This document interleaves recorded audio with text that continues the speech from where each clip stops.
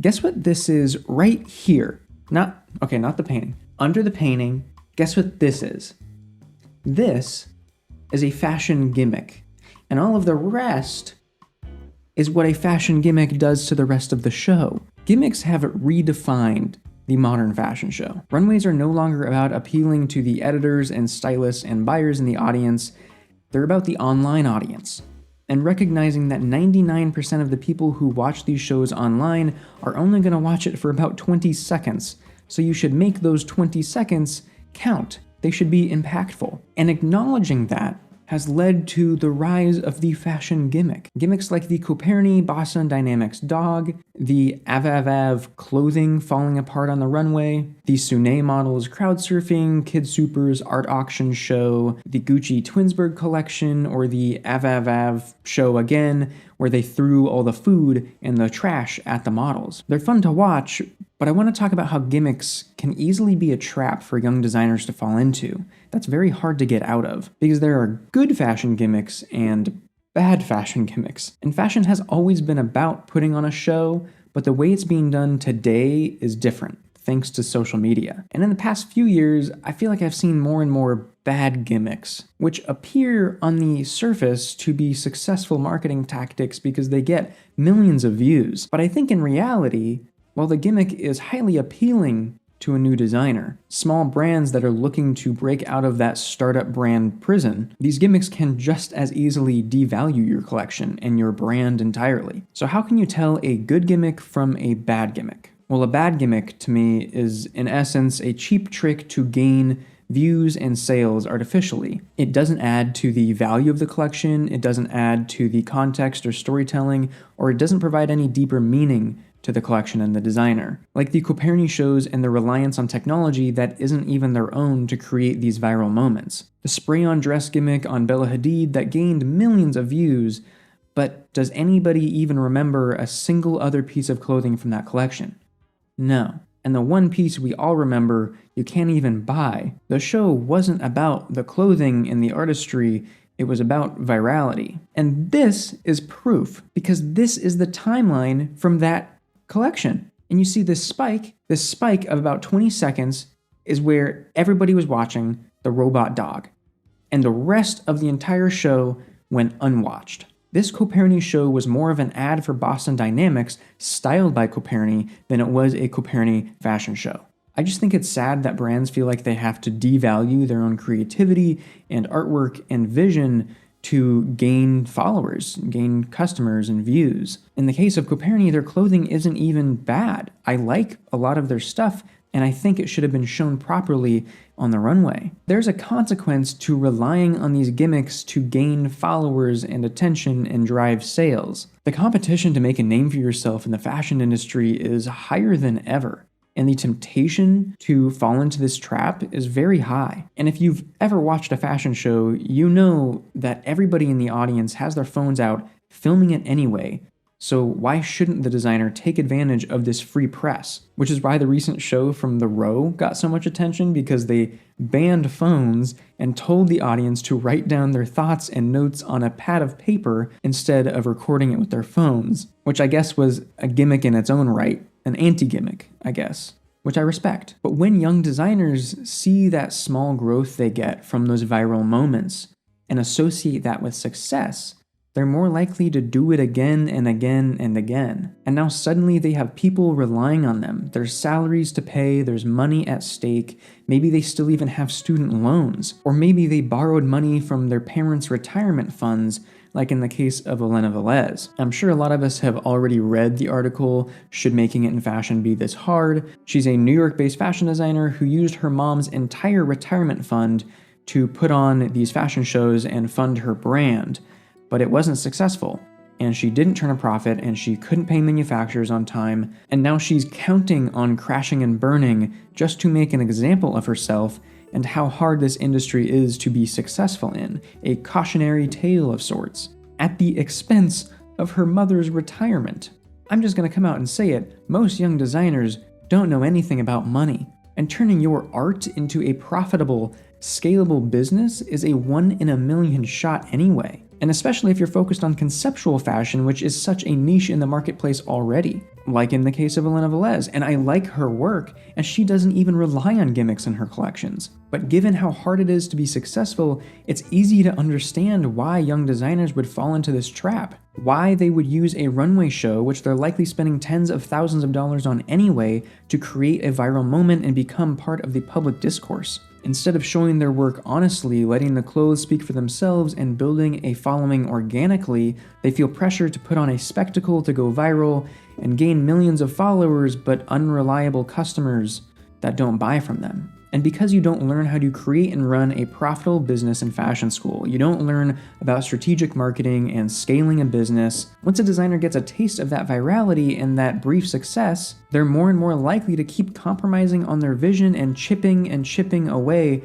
from what they wanted to create in the first place for the sake of views. More shows and more debt just to scrape by from collection to collection.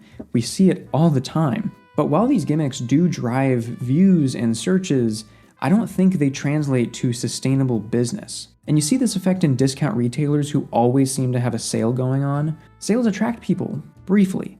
But when the sale is over, that customer's gone until the next sale. You're not convincing them to buy full price because they were never going to do it in the first place, and they know you're just going to go on sale again. And in the case of these gimmicks, you're definitely not going to convince me to buy your clothing by having it walk down the runway and fall apart in about 5 seconds, no matter the message behind it. I get the art, but the association I now have with your brand is not a good one, and you should have found a better way to convey your message. But like frequent sales and deep discounts, it's not good for your business and your reputation as a brand, unless you want to be seen as the discount brand, or in this case, the gimmick brand. A viral moment might give you an immediate short-term effect on sales, an immediate return on investment, but not a long-term one, which is why with each collection, these designers will have to do more and more attention-grabbing things to appeal to the masses, because gimmicks are fundamentally cheap attempts to get your money and your time. Fashion is a tough industry, and going from this